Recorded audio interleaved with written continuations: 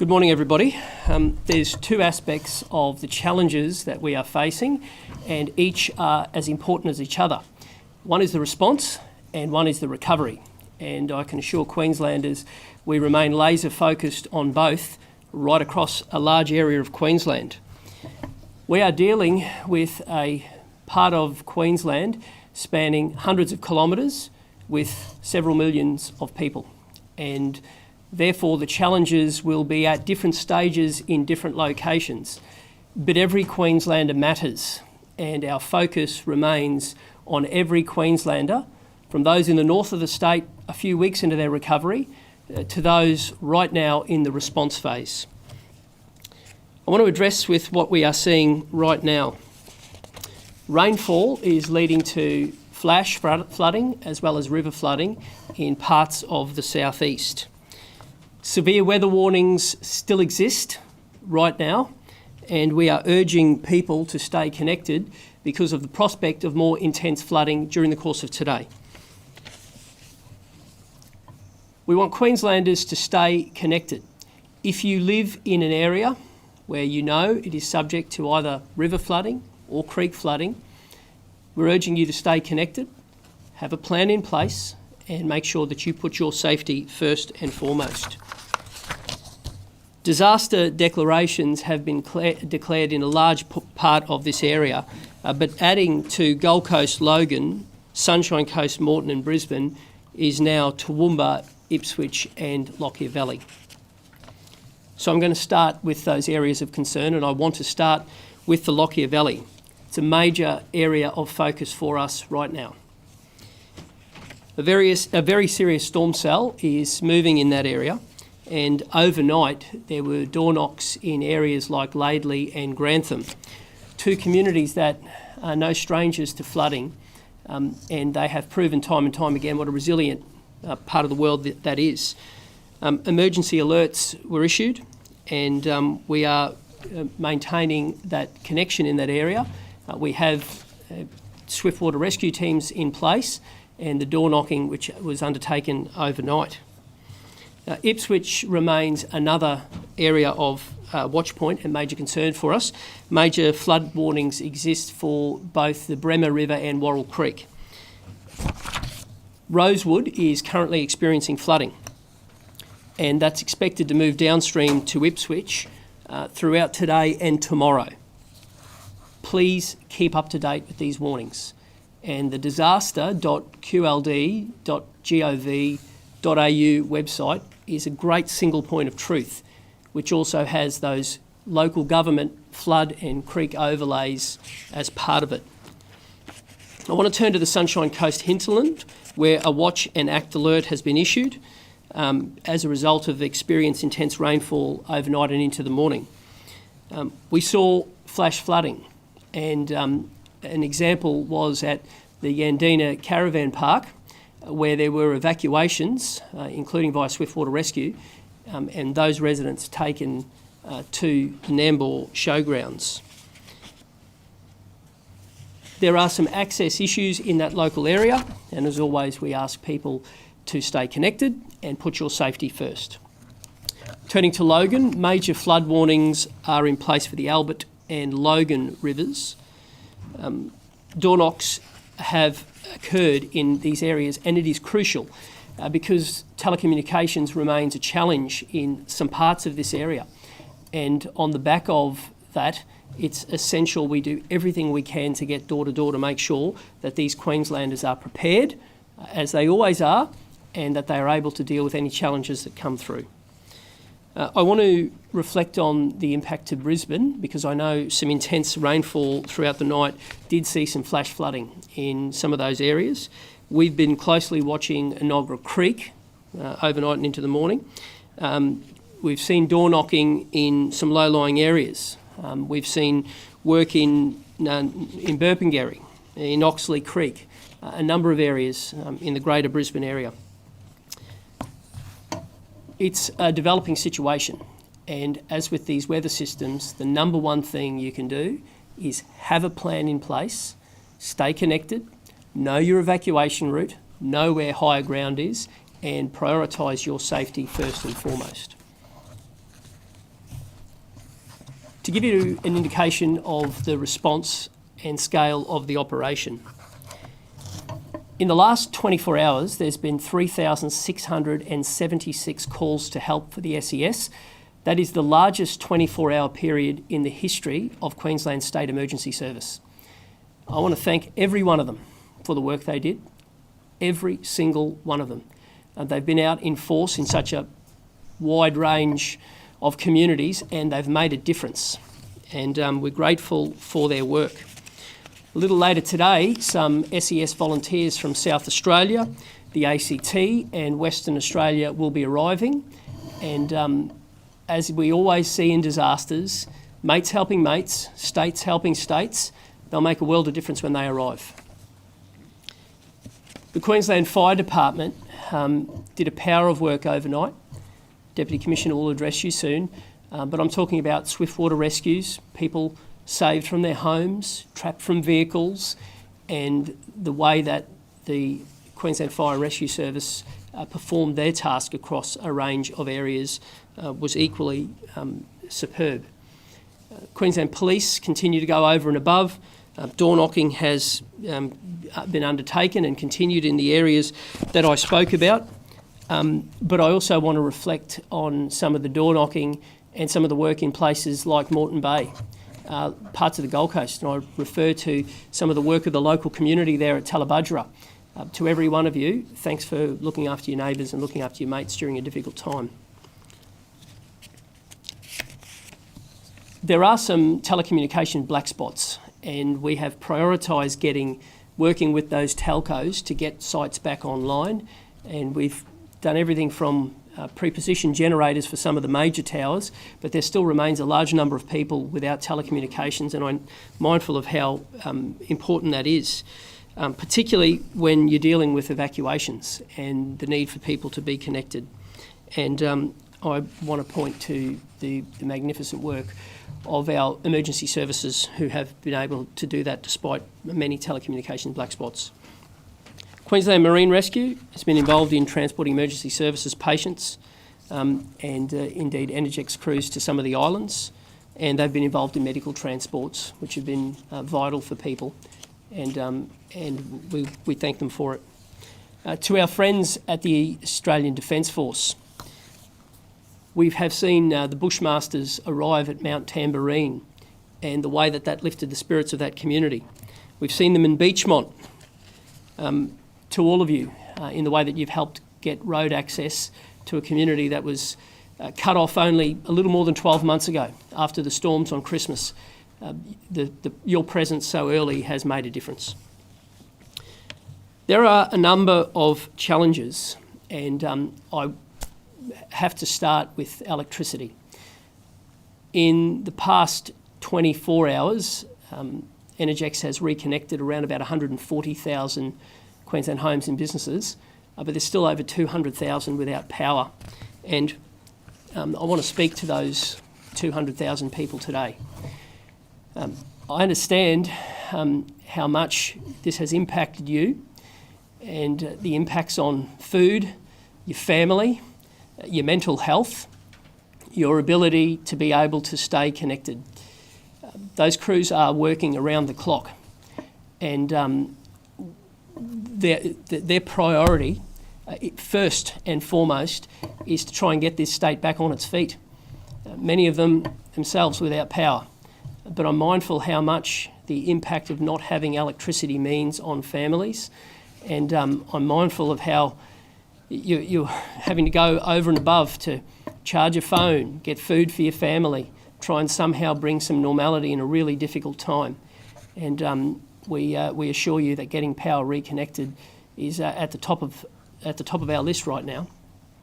To give you an indication of some of the work in the challenges overnight, there was the possibility of flooding to a key substation, and that was at Nudgee. And the way that we had Energex crews, SES, Road Tech, Council, and the way that they protected that valuable asset, that was the difference between another 100,000 people being without power this morning. challenging times, but some really good work on that preemptive protection. I want to turn to Hervey Bay because it's been a very difficult 24 hours for Hervey Bay. Whilst the weather conditions are starting to look a little better, we urge that community to obviously stay connected. We have SES and Queensland Fire Department on the ground at the moment doing a couple of things. First and foremost, helping with damage assessments. And we, as yet, don't know the scale of the damage, but we do have intel on the ground to suggest it is significant. I have asked the Police Minister, Dan Purdy, to go and personally be on the ground. He arrived there early this morning, and he's working with those agencies to make sure that magnificent community gets all the help it needs as we shift from response to recovery in a big way for the people of Hervey Bay. The Hervey Bay Hospital is open, but I'm mindful there's many challenges, including some supermarkets that were inundated, and food supply will be an issue that is a major focus of ours as well. I want to step through some of the key state government services across the impacted area and assure you that we will continue to communicate in real time as we find out things that you can plan your life as you move to that phase, to that recovery, to trying to get back to normal wherever you can. Today, we've had 198 state schools reopened. I can report that 27,500 children went to school today across those nearly 200 schools. 463 state schools remain closed. 259 independent and Catholic schools remain closed. I want to assure parents that getting your kids safely back to school remains a priority for us, and I'm mindful that that's the difference between a police officer, health professional, someone working at the supermarket, someone working at the petrol station being able to go back, serve their community and earn a living. So making sure that we do that is right at the top of the mind. We've worked with principals and the local QBuild staff on the ground to make those assessments to ensure that when it is safe for kids to return, they will. And I want to thank the work that those people did on the community. There will be further damage assessments done to some of those schools, some without power, many with other complications, but they will be working around the clock to bring them back on. Tomorrow's schools closure, again, that school closures website is a live website, but by 5 p.m. again today, you will know the schools as of tomorrow, and we leave we make sure that gives as much time to as many people as possible to be able to get that information to get back to school. And obviously, principals will always make a decision in the best interests with the information to hand, but we're giving every opportunity for people to have that planning to send their kids back to school in a safe way. Turning to transport and roads, we've seen a big improvement in the number of traffic lights that are operational. We've still got about 1 in 5 that are out throughout many of the parts of those heavily populated areas. But we have seen that climb back to normality on the roads. And despite the challenges that we've seen with the flooding, more and more roads are getting opened as well. The QLD traffic website is a really good point where people can go there and have a look. Alternatively, you can go to the disaster.qld.gov.au website, but that QLD traffic website is also there to serve people. Public transport, today I'm asking people to make sure you stay mindful of the TransLink website. I know people often use that already, but that will be where notices about services are being updated constantly updated throughout the day. So I'll give you an example. I'm going to start with buses. We are getting some services up and running today, and I want to thank right across that area those bus drivers, the people who do the programming, all of the local governments that play a role in what they have done, and all of those private companies. So we had 19 high-frequency bus services that were mobilised this morning in Brisbane.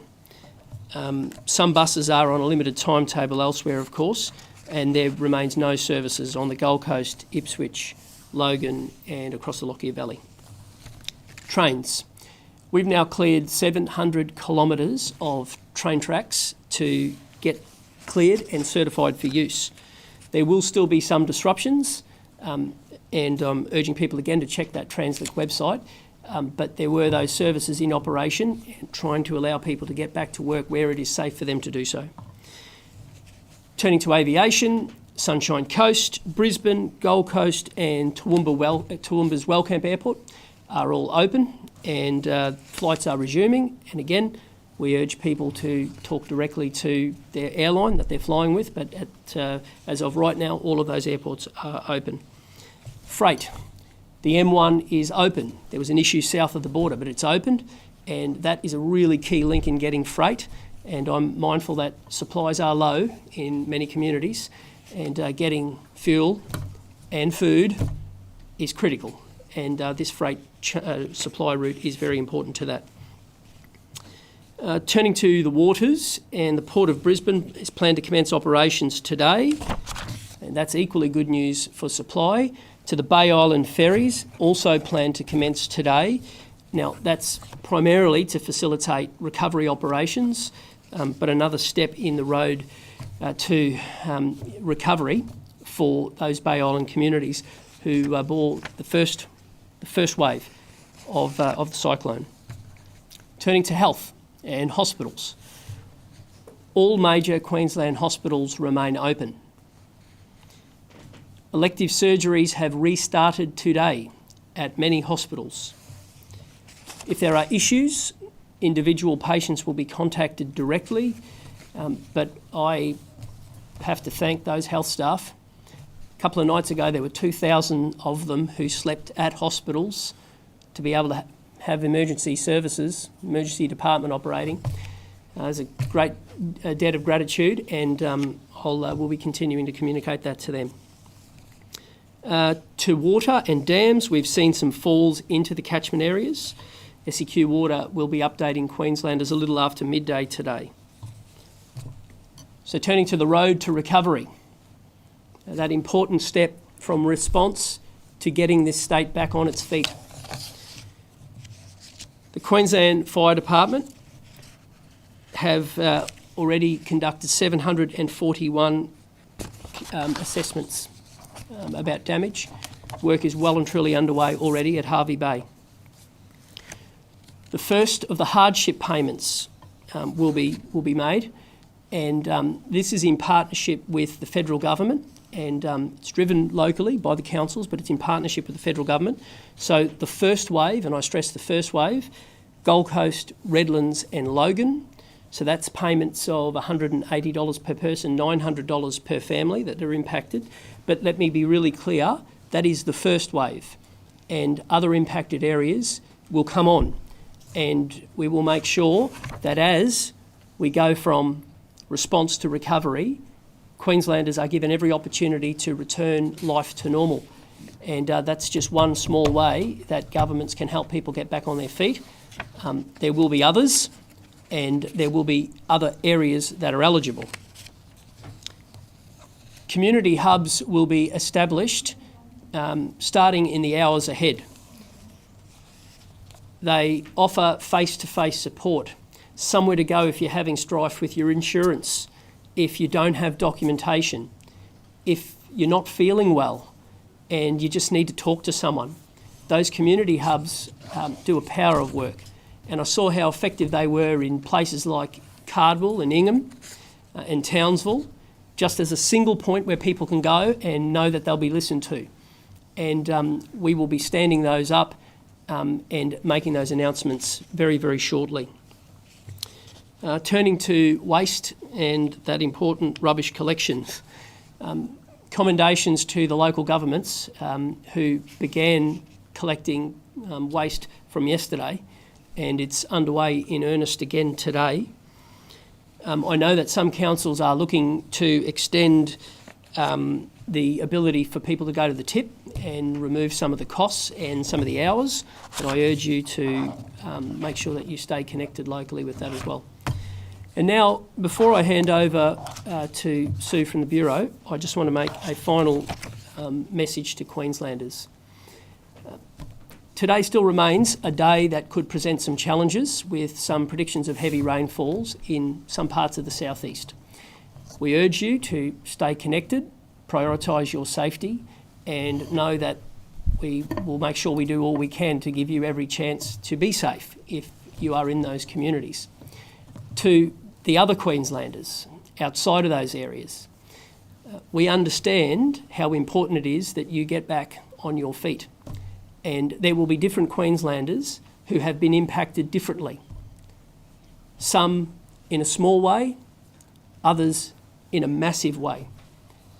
But every Queenslander, every single Queenslander counts, and we will make sure that our focus on ensuring that we go from response, which is underway and still underway in some places, to recovery, which will be different people at different points, remains our focus.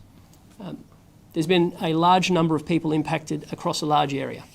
Every one of you means something, and we'll continue to make sure that we go from response to recovery and we get the state back on its feet as quickly as we can. Thanks very much.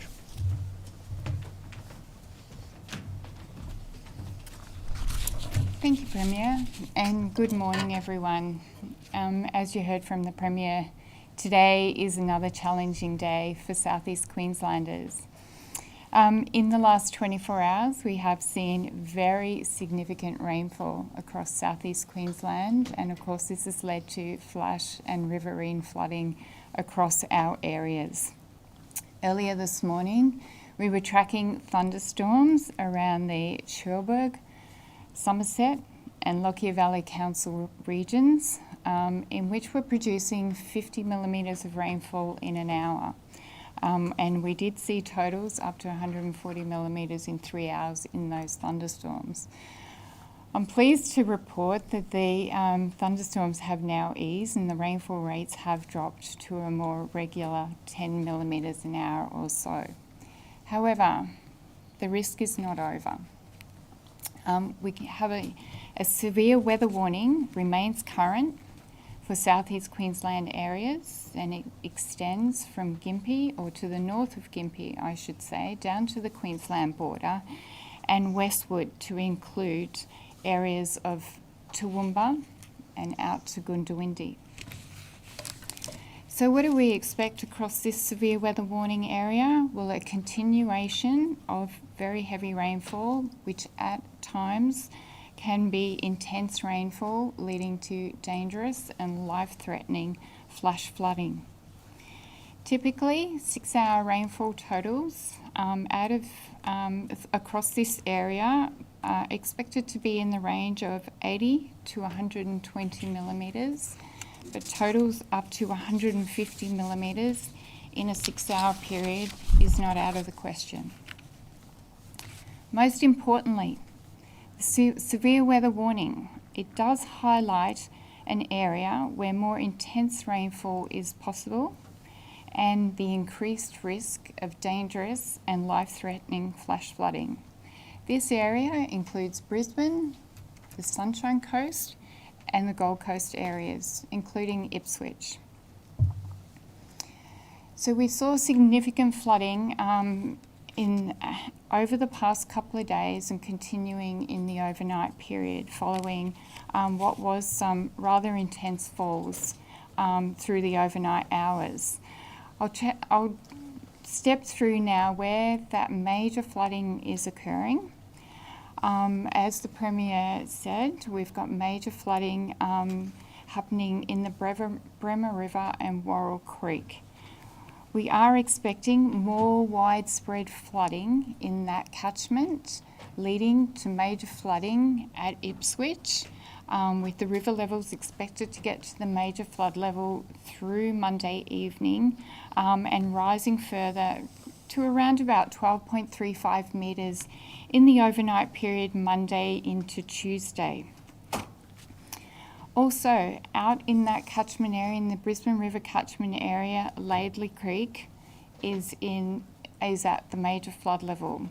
Very heavy rainfall was observed over that catchment area in the overnight period, where we had falls of 150 to 250 millimetres in that small catchment, which led to rapid rises, which are continuing to occur now.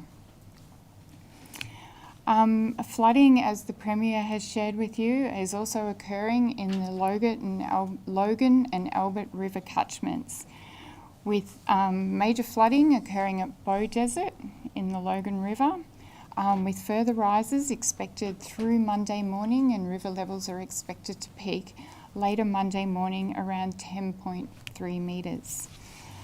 In the Albert River at Beenleigh, major flooding is also occurring, with additional upstream flows expected at Beenleigh later in the day, where river levels will rise further to a major flood peak.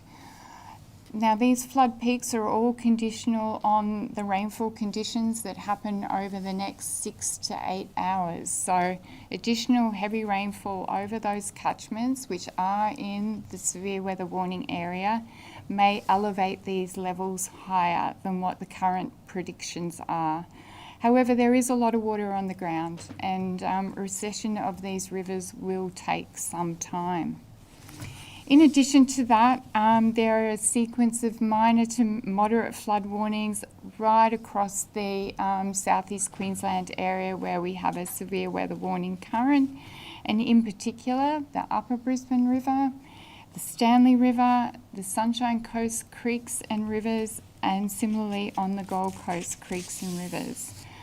In particular, the Brisbane River, we've seen significant flooding in the Brisbane creeks following that overnight rainfall, and we are expecting once again Tuesday morning the Brisbane River at Brisbane City may reach on the minor flood level on the Tuesday morning high tide. In regards to rainfalls over the last 24 hours, and they have been significant. Some of the most significant falls we have seen is 433 millimetres at Diamond Creek on the Sunshine Coast, 410 millimetres at Woongawallan, inland from the Gold Coast, and 340 millimetres at Mount Cootha in the Brisbane area. And that's alongside many reports of 300 plus millimetres in the Brisbane metropolitan area. Just to give you an understanding of the intensity of some of those rainfalls, at Kingsholm, we had 207 millimetres recorded in 6 hours to around 9-10 o'clock this morning. So that's significant rainfall. I just want to stress, we are still in a severe weather warning, and there is still significant flooding occurring throughout southeast Queensland. The situation does remain ongoing. We are still forecasting an easing in the weather later Monday afternoon, but the flooding will continue. So I ask residents of southeast Queensland to remain vigilant and keep up to date with the latest warnings. Thank you.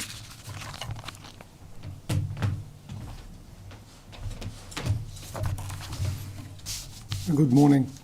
I'd like to start by confirming that we still have not had any loss of life as a result of this event, which is fantastic given the conditions and very pleasing given the conditions that our emergency services have been operating in. And can I thank the community for listening to the emergency services and staying connected. I'm really pleased to announce that the police have located a missing 18-year-old male person from Logan safe and well this morning following a search and rescue at Logan Reserve overnight. Can I please really thank the public for their assistance in providing information to police. Overnight we did see significant rainfall resulting in flash flooding and some riverine localised flooding across the southeast, including Sunshine Coast, Lockyer Valley, Moreton Bay, Brisbane, Logan and the Gold Coast. Can I just thank all emergency services overnight. It was an extremely busy night overnight, and we saw a lot of rescues and calls for assistance, both to police, fire and and SES. I can confirm that police, SES and fire, we have our resources pre-positioned right across the southeast, and we are prepared to continue to respond to any incident that comes up as a result of this weather event. In addition to the resources we already have pre-positioned, we have an extra 249 police officers today out and about in the community and deployed across the affected areas. We have 117 officers that arrived from the far north of the state to help their colleagues in the south, deploying right across those affected areas today. And as the Premier indicated, we have a further 107 SES personnel arriving today from interstate, as well as the ADF resources that we already have deployed across these areas. I'd like to address Lockyer Valley, and Laidley is experiencing, particularly around the CBD and some residents, some significant flooding. We have heard that businesses and homes are already suffering some impacts in those areas.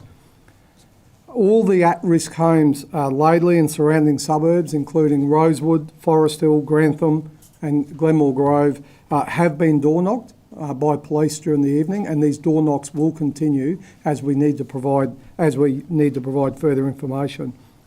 A disaster declaration has been put in place this morning for Toowoomba, including Laidley and Lockyer Valley, which does give those police the additional powers to undertake those door knocks and or control movement in and out of those disaster areas. Further rain is expected to move into these areas, potentially bringing further flooding later today. There are 2 emergency alerts in place for Lockyer Valley and Laidley. We are expecting the Warrego Highway to remain closed for some time, which will impact the roads across this area.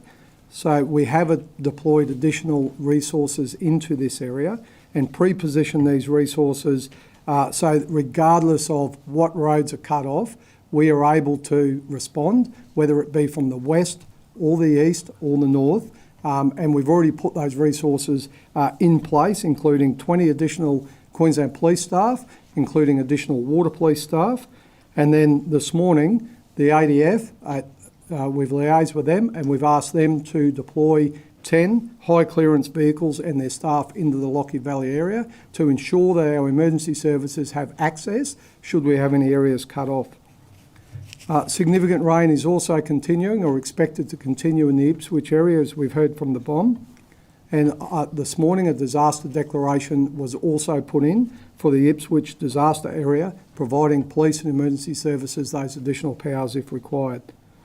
We are monitoring the Bremer River for any risk of inundation to the surrounding properties, and we have already door knocked a lot of those at-risk areas, including Bundamba and North Burvale. Resources, again, have been pre-positioned in around the Ipswich area to enable us to respond. And there is 1 emergency alert in place for the Ipswich area as we speak. In addition to that, we've put an additional 45 SES personnel pre-positioned into the Ipswich area. In Logan, there are 2 emergency alerts in place for Logan, including Tamborine, Cedar Creek, Wolfdean, Windaroo, Mount Warren Park, Beenleigh and Eagleby, along with Greenbank, New Beth and Forestdale. As we heard from the Bureau, a flood warning is in place for the Logan and Albert rivers, and door knocking in the Eagleby, Beenleigh, Bannockburn areas has already taken place, in addition to the 320 residents that we've previously door knocked last week in the Albert River area. Reports overnight in this area indicate 8 vehicles have been impacted by floodwaters and at least 1 home. We received 392 SES calls for assistance overnight just in this area alone. As we're aware, in the Sunshine Coast was also a busy night for our emergency services, and an emergency alert has been issued for the Sunshine Coast hinterland area for the intense rainfall that has the potential to cause flash flooding. So please do not drive in this area unless it's safe to do so. Once that intense rainfall abates and you are able to drive safely on the road, please do so. Police did assist 12 residents to evacuate last night from the Yandina Caravan Park, and these residents have either gone to the Nambour Showgrounds or have chosen to stay with family and friends. SES responded to 54 calls for assistance on the Sunshine Coast area last night alone.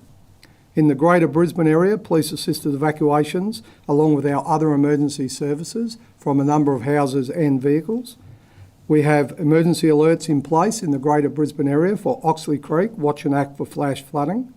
And door knocks have also been conducted in the Oxley Creek area to ensure that all those residents who are potentially in an at-risk area are aware of their risk. And can I just ask for all people across the southeast corner, please go on to your council dashboards. That information is being updated continually, and it's linked in through the disaster.gov website.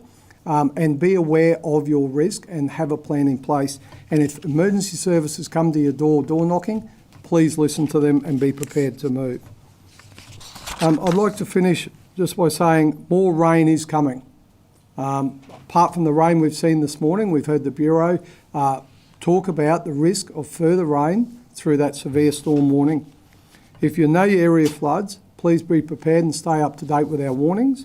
Please know your risk, understand the conditions, and do not undertake risky behaviour.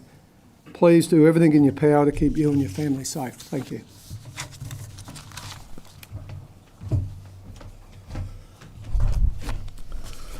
Good morning, everyone, and I can confirm, similar to Queensland Police, Queensland Fire Department is in dual operations at the moment in both response and recovery. Overnight, in addition to all the other calls that we get as a service, we received 120 calls for people who required assistance from water-related rescues. And of those events, we relocated and rescued 35 people through the night up until 7:30 this morning. Those rescues have occurred right across the southeast corner from Sunshine Coast right down to the border out to Scenic Rim, Ipswich and the Lockyer Valley. I'd also just like to highlight the immense, incredible effort that our Swiftwater firefighters did last night. Our Swiftwater firefighters undertake the most serious events in terms of rescuing people, and it's probably one of the most challenging and dangerous things we do as a fire service currently. And last night presented a number of challenges, including a lot of areas in which these firefighters undertook these rescues were in areas where there were no electricity, no street lighting, no housing lighting. So they did an incredible work last night relocating those 35 people. To give you an understanding of the ingenuity of the team this morning at Palmwoods were presented with an expanse of water 300 metres wide, where 2 people were located on top of vehicles, and they used a drone to check the stability of the water, the flow of the water, obstacles in the water to safely traverse that 300 metres and bring those people to safety. So I wanted to highlight the great work of our Swiftwater firefighters.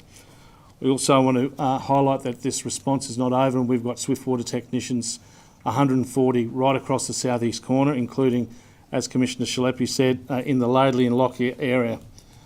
We also want to acknowledge the work of our Rural Fire Service volunteers who have been out yesterday and again today, out in their own communities looking for assistance opportunities to help the local people recover from this event. And they are certainly active up in Hervey Bay at the moment with fire and rescue damage assessment teams, assisting Hervey Bay get back on their feet and assisting with washouts as we speak. So in closing, I'd just like to say thank all the members of Queensland Fire Department, those who work in the back room as well in all our operational centres. We've been here right from the start of this event, and we will certainly be here at the end through the recovery. Thank you.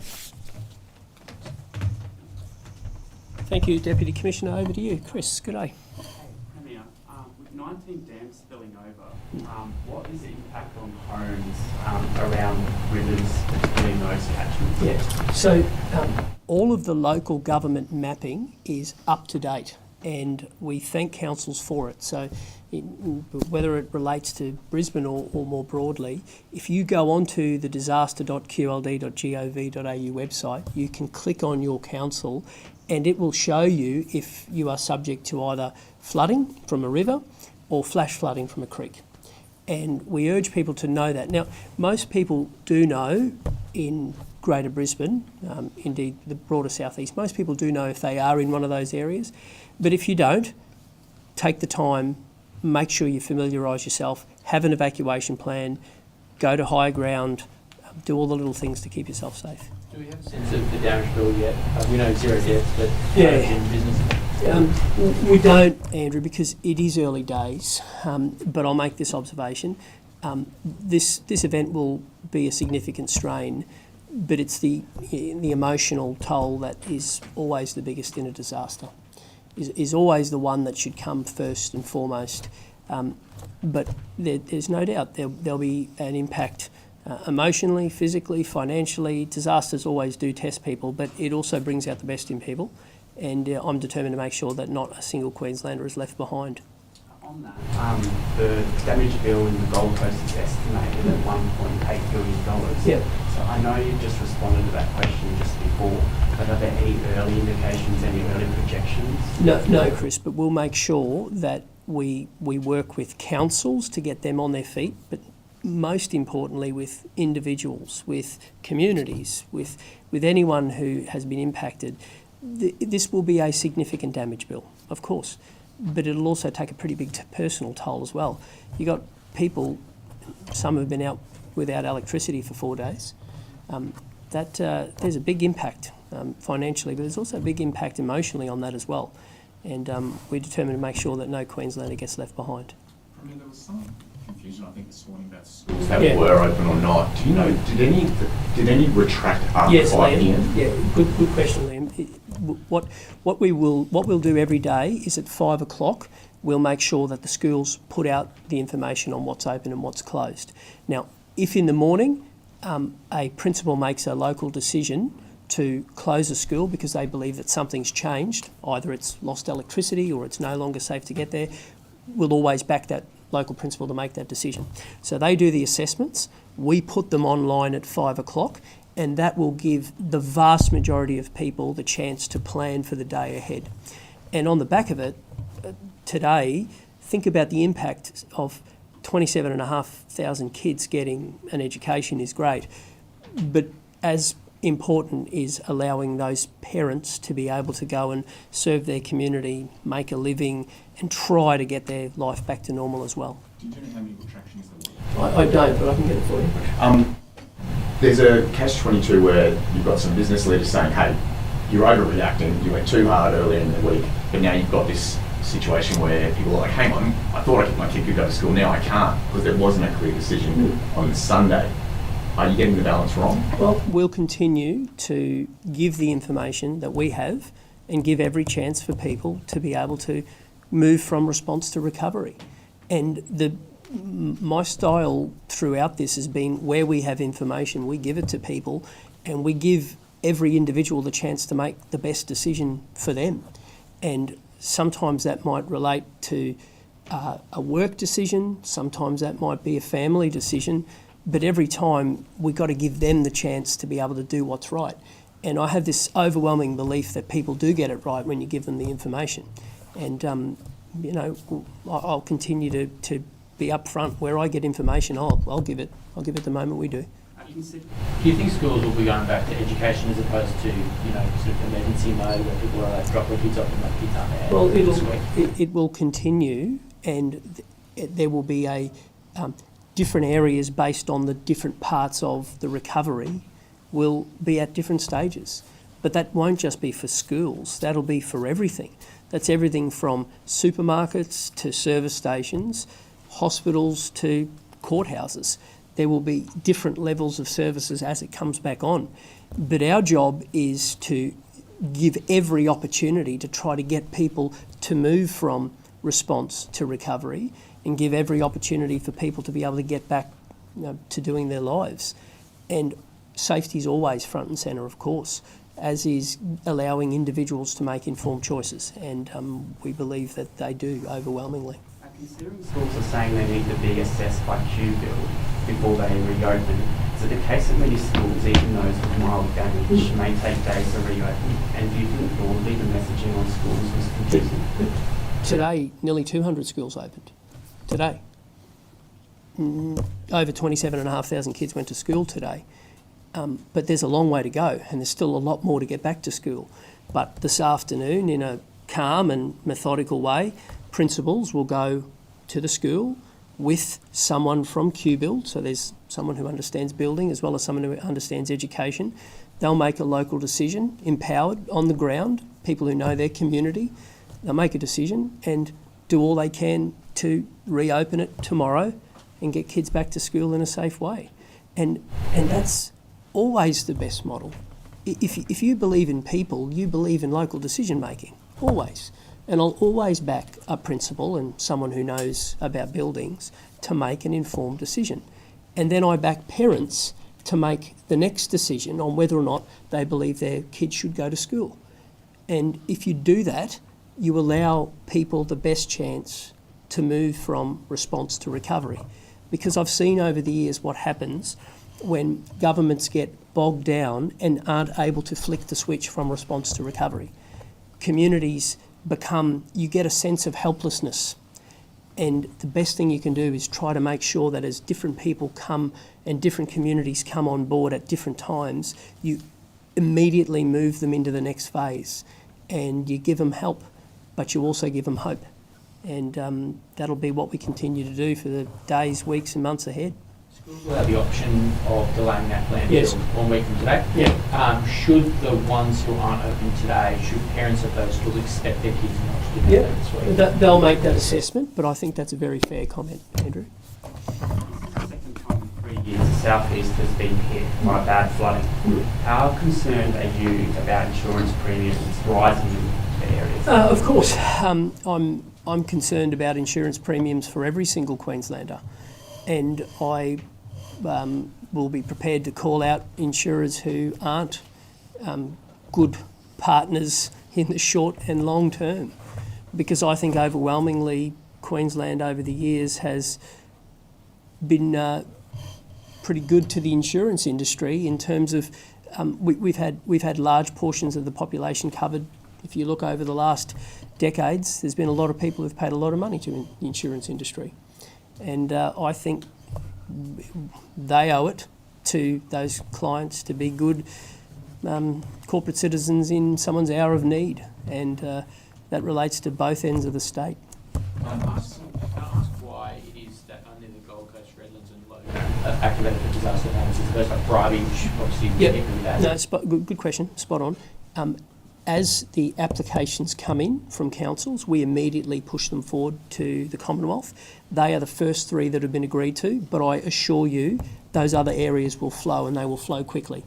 And we have a view that we continue to push them through to the Commonwealth. And look, overwhelmingly, we've had good support. You know, we've had the Federal Minister here from day dot, so I certainly can't complain about her interest in it. I was just going to say, it's potentially a question for you guys, start with one, if that's all right.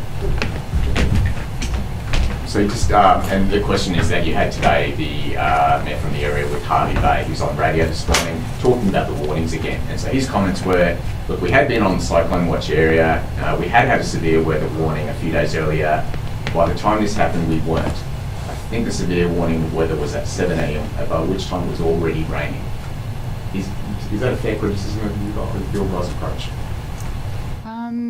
As you're well aware, we've been tracking Tropical Cyclone Alfred for over 2 weeks now from a tropical low, well in the northern Coral Sea, through the Coral Sea where we saw it intensify to a Category 4 to then move down to southeast Queensland, and very early identified that it would take a track westward towards the southeast Queensland coast.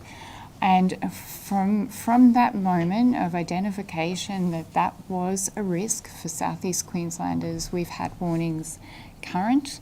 I don't have the exact timeline in front of me, and I can certainly support you in getting that to you, but we went into Tropical Cyclone Watch more than 48 hours before gales were expected on the coast, and then of course went into a tropical cyclone warning within 24 hours of the impacts, gale force winds and impacts on the coast.